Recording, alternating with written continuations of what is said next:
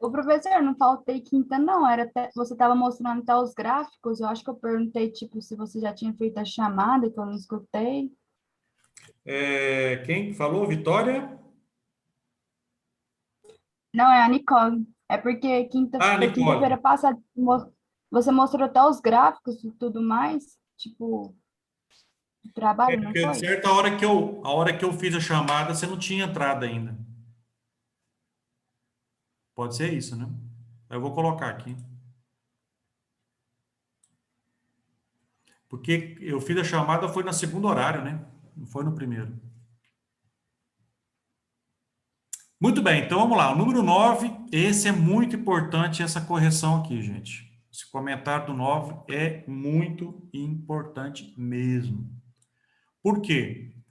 Os alunos têm muita dificuldade para usar essa folha de números aleatórios. Então, na prova vai ter a folha, mas vocês vão ter que entender como é que você vai usar a folha. Porque lá na folha não vai estar de acordo com o que eu estou colocando nesse exercício de revisão. Vai ter uma outra linha, vai ter uma outra maneira. Então, tem que ficar muito atento aí nesse tipo de exercício da amostragem, tá? Então, vamos entender aqui como é que foi feito esse aqui. Em uma escola a 100 alunos, obtenha uma amostra de 10%. Então, o primeiro cálculo é calcular 10%. Mas para vocês verem como é que eu coloquei, que número que eu coloquei, né? 100 para 10. Aí é brincadeira, né? Você não tem nem que pensar em fazer conta. 10% de 100 é 10, né? Então, mas eu fiz a conta aqui, ó, para ter a continha na prova, né? Deixa eu ver aqui, entrou mais um aqui agora, pessoal. Guilherme.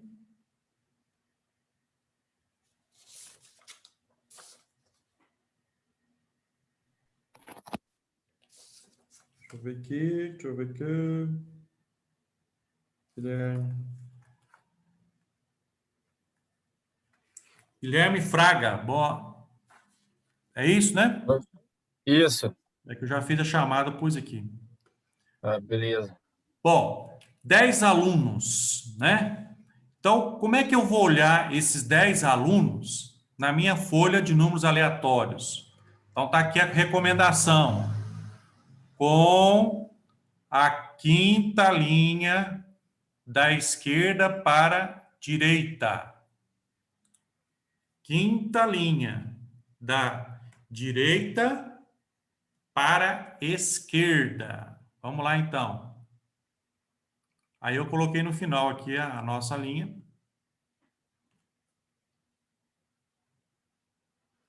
Conta comigo aqui, ó. 1, 2, 3, 4, 5. A quinta linha, tá marcada aqui já, ó. Deixei marcado. Como são 10 alunos, né? Então, o que eu tenho que fazer? Eu vou observar os números aqui. Vamos voltar lá só para vocês verem aqui.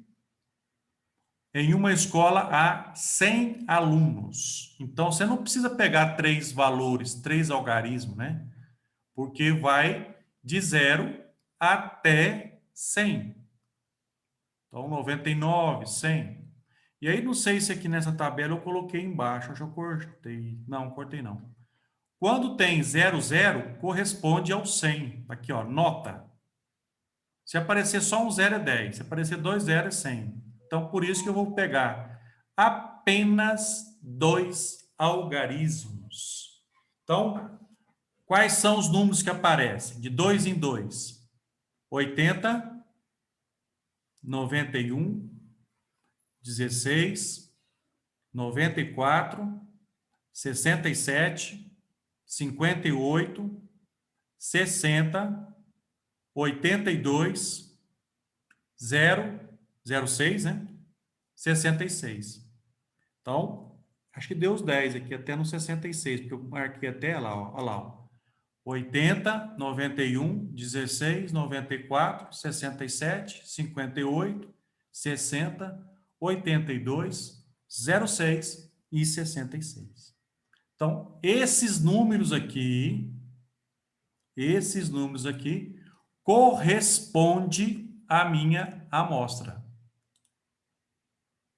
Ok? 10 números. Ah, eu tenho que fazer 15. Então, você continuaria até dar os 15. Ah, mas repetiu o mesmo número. Aí você corta um deles, não pode repetir o número. Ah, mas deu 2 números que repetiu. Não, corta um, fica só um. Ah, mas deu um número acima de 100. Então, tira ele. Entenderam? Então, tem que ser uns números que está compreendido entre a quantidade da sua população. Se eu tivesse 200 alunos aqui, aí eu teria que pegar até 3 algarismos. Aí daria mais trabalho, não sei se vocês estão lembrados, aquele exercício que a gente fez com 3 algarismos, né? Que dá um pouco mais de trabalho. Ok? Então, o que eu tenho que olhar sempre nesse exercício que tem que utilizar o anexo, né? De números aleatórios. Você tem que observar qual é a amostra e como que você vai olhar na folha de números aleatórios. Essa informação que dá aqui, ó, pode ser de qualquer maneira diferente. Então, tem que olhar a condição. E provavelmente, na nossa avaliação, vai ter uma informação para todos. Né? Eu não vou dar uma informação para um, outro para outro, outro para outro. Não. É uma informação, então cada um tem que seguir aquela informação lá. Ok? Alguma dúvida nessa 9?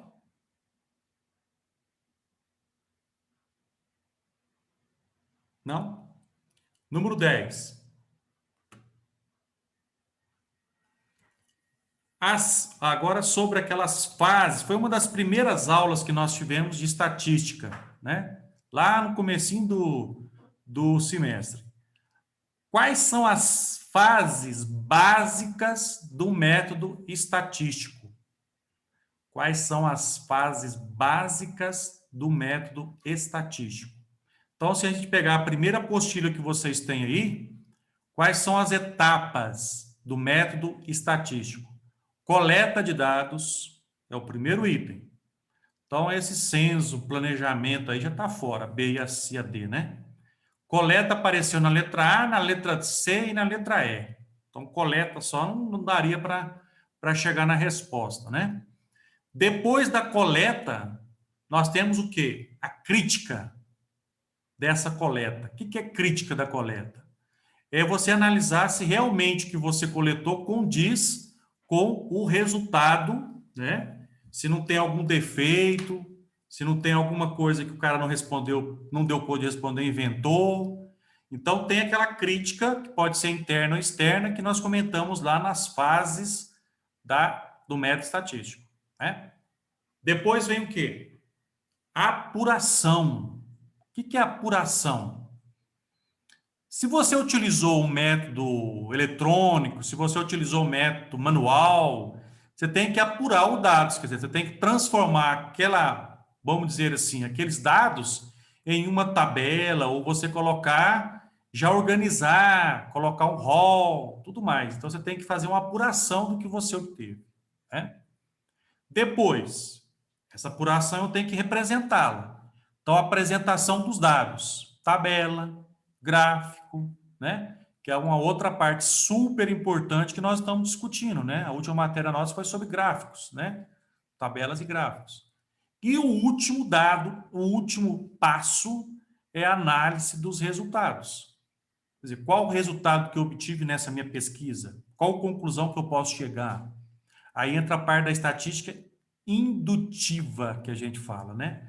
A indutiva quer dizer a tomada de decisão, né? Então, tá aí as fases do método estatístico. É a primeira apostilinha que vocês receberam. Foi aquela apostilinha de 3, 4 páginas só, bem fininha, né? Bem simples, que nós estudamos. Aí eu elaborei aqui uma questãozinha dela. Número 11. Bom, o número 11 envolve uma outra, como a gente pode dizer, índice, né, relativo, que nós discutimos lá nas variáveis, né? Então, aqui nós vamos falar sobre um muito famoso, né? A densidade demográfica.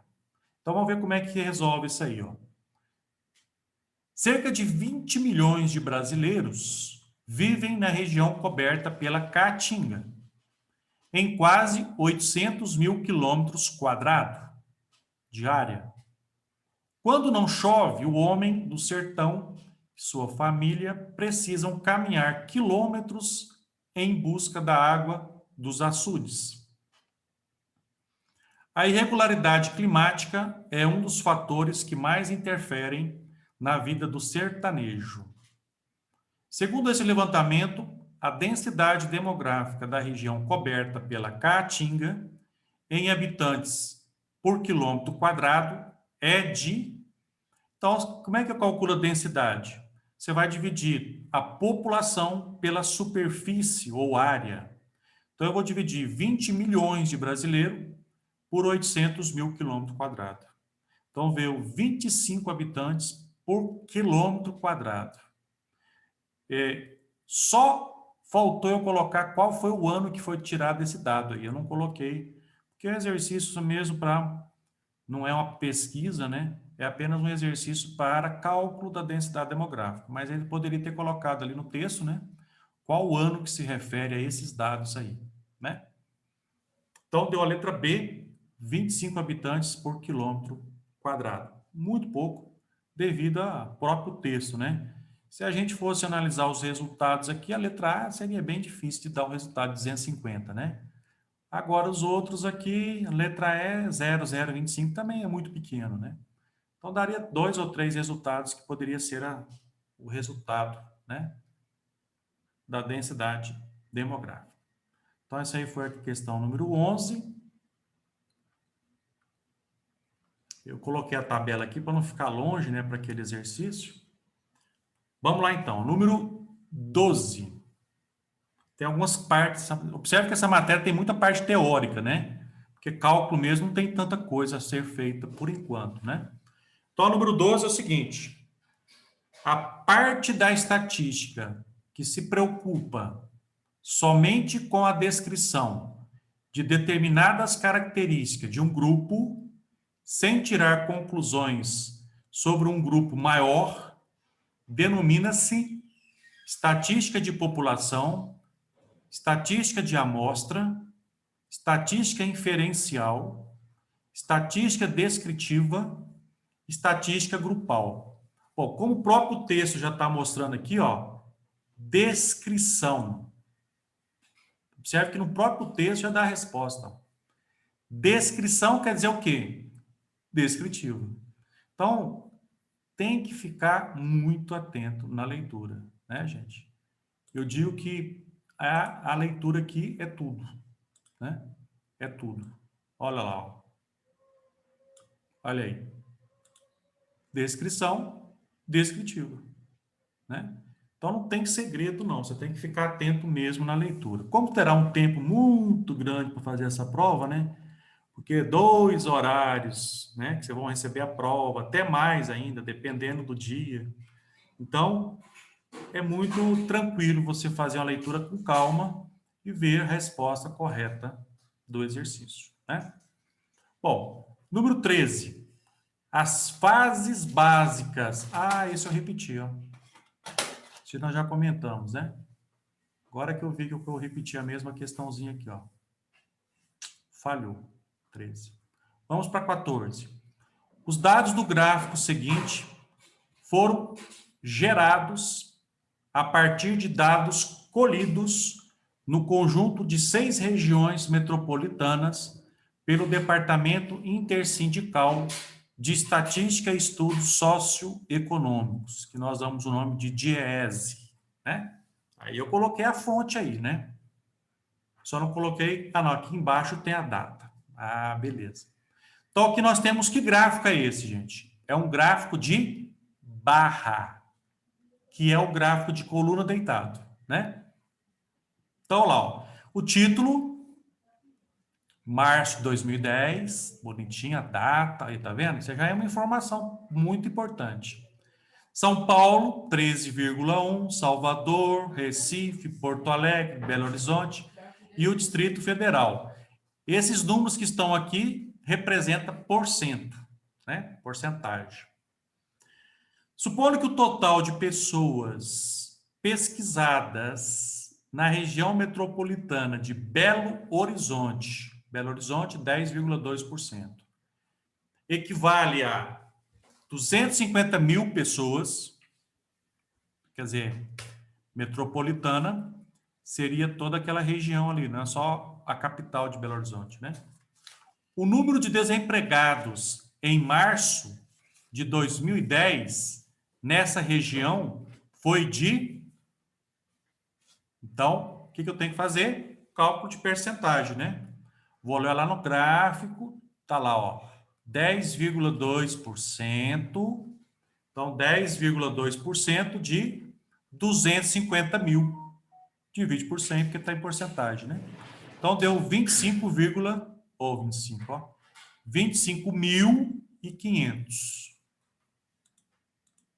Está aí o valor em contrato. Então, deu a letra B. Aí, se eu tivesse perguntado Porto Alegre, São Paulo, Recife, qualquer capital aqui, você faria da mesma maneira, né? Lógico que daria o outro valor aqui, né? Em lugar do Belo Horizonte. Mas é um cálculo muito simples, utilizando o gráfico de barra, né? Esse aqui é o gráfico de barra. Muito bem. Número 15.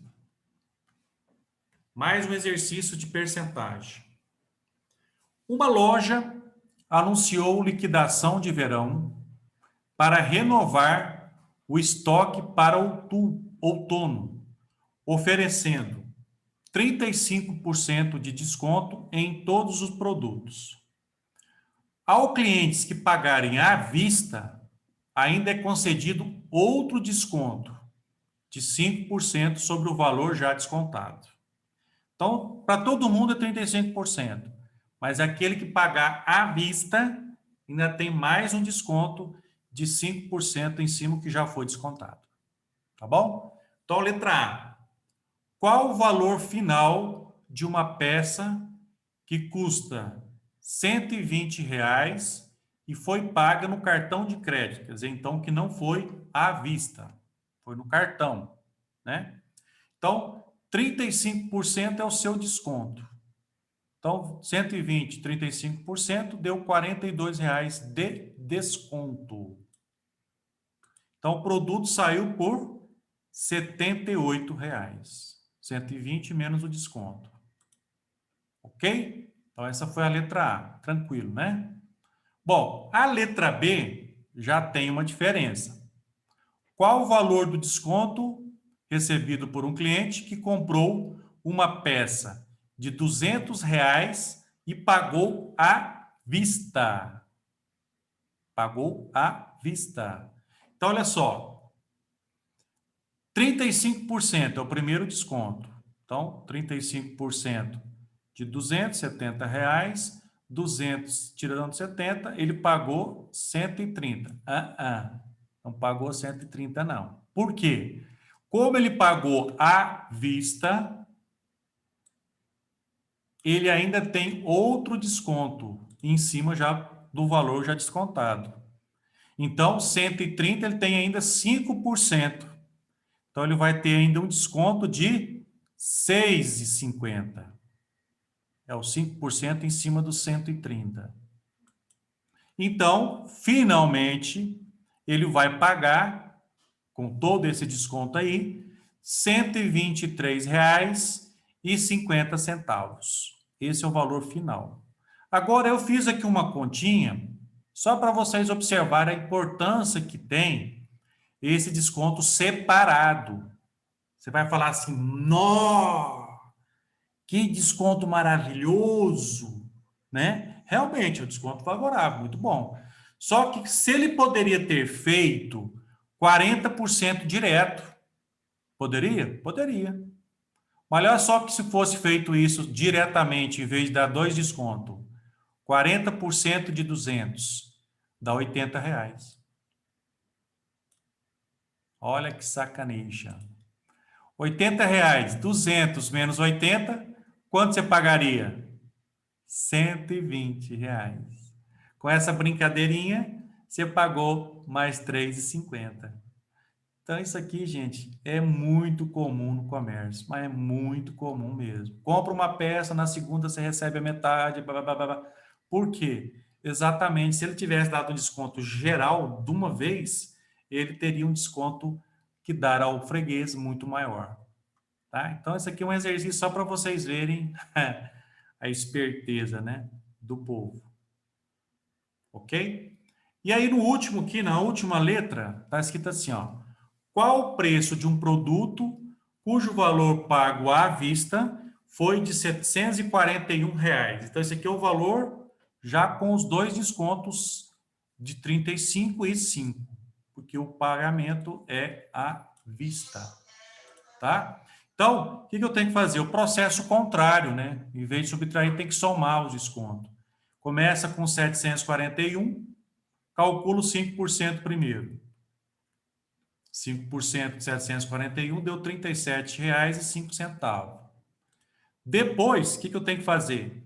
Somar esse valor que foi descontado, porque eu quero saber o preço anterior ao desconto. É diferente agora o exercício. Aí você vai chegar no valor 778,05. Então, isso aqui era o valor sem ter os 5% de desconto, né? Mas depois tem 35% de desconto. Então, 35% desse valor deu 272,3175. Somando com o valor anterior, eu chego no valor final, que é o preço que valia antes do desconto. R$ 1.050,3675. Aí eu coloquei só uma casa depois da vírgula, arredondando aqui, né? Eu cheguei, então, na resposta, R$ 1.050,40. Certo? Então, esse aqui é um processo contrário, né? De trás para frente, vamos dizer assim. Bom, então esse aqui foi uma revisão, algumas questões aqui, mas tem mais que ainda tem os gráficos que eu deixei separado. E eu vou comentar agora os gráficos com vocês. Apareceu só um aqui, né? Aí uma frase aqui para a gente pensar um pouquinho mais, né? O êxito ou o fracasso de sua vida não depende de quanta força você põe em uma tentativa, mas da persistência no que fizer. Então, tá aí. Esse foi o exercício de revisão. Mas tem um aqui ainda que eu vou comentar, que é os gráficos, né? Que é extremamente importante os gráficos. Então, vamos comentar aqui os gráficos, que é a matéria também da prova, né? Vamos comentar aqui os gráficos. Então, nós temos aqui o primeiro gráfico. Não sei se tá dando para ver. Eu vou ter que colocar aqui a canetinha agora, porque eu acho que não está muito visível. Porque esse gráfico ele ficou meio embaçado, não sei, ficou uma coisa meio estranha. Então, olha só. Esse gráfico... chegou uma agora, não é possível.